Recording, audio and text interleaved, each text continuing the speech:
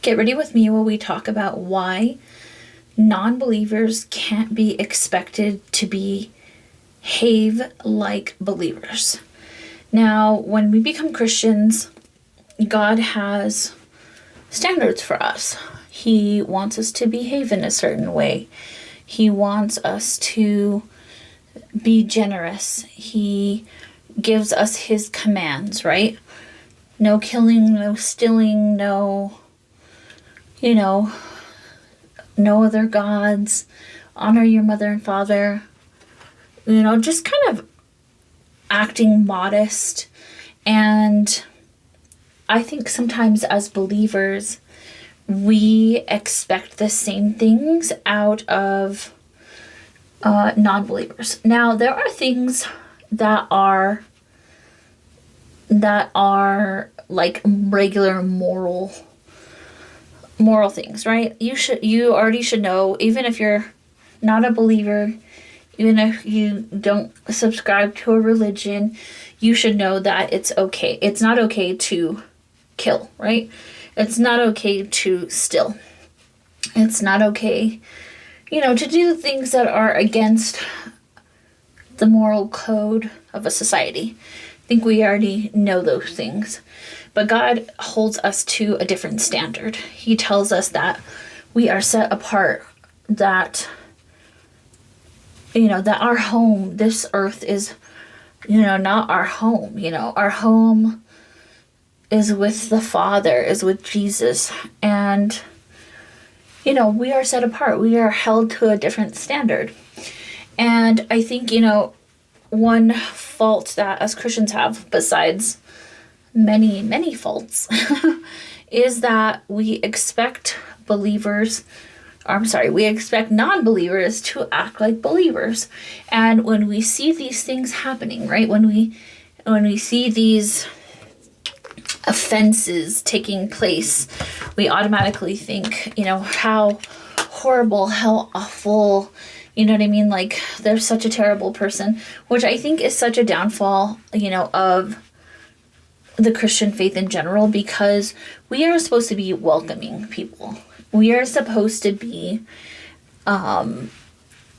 taking people and meeting them where they are, just like Christ meets us where we are. And I think that's why a lot of non-Christians get discouraged or turned off by the Christian faith. And so I think that we as Christians need to be a little bit more understanding,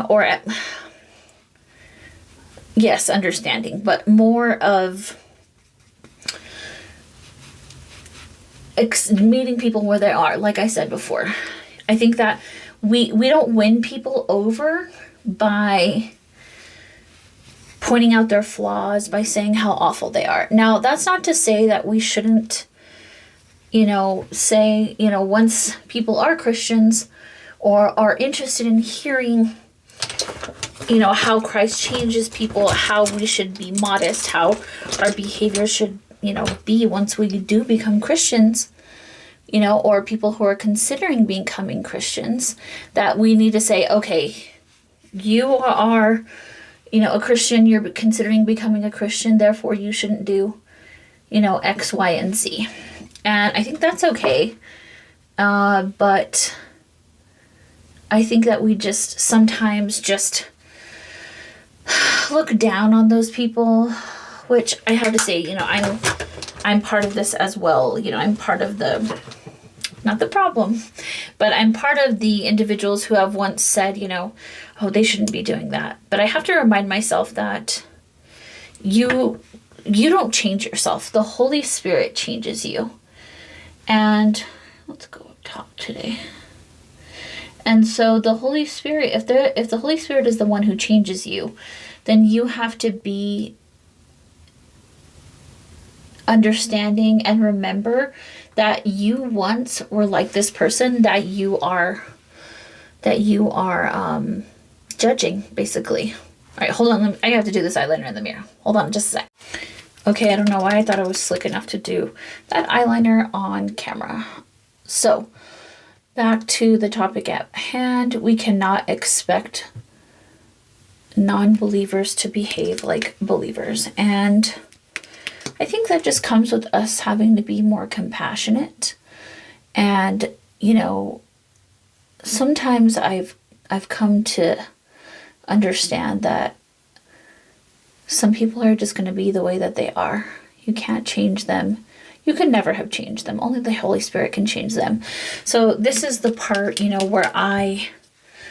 where I just give it up to the Holy Spirit. There's some people in my life who I really care about, that, are not following the Lord. They're prodigals, whatever the case may be. And we cannot change these individuals.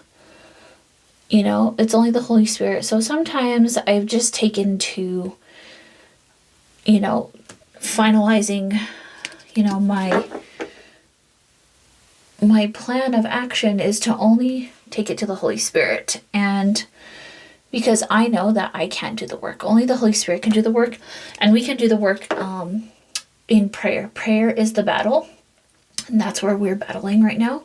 And so therefore we can take it to the Holy Spirit and,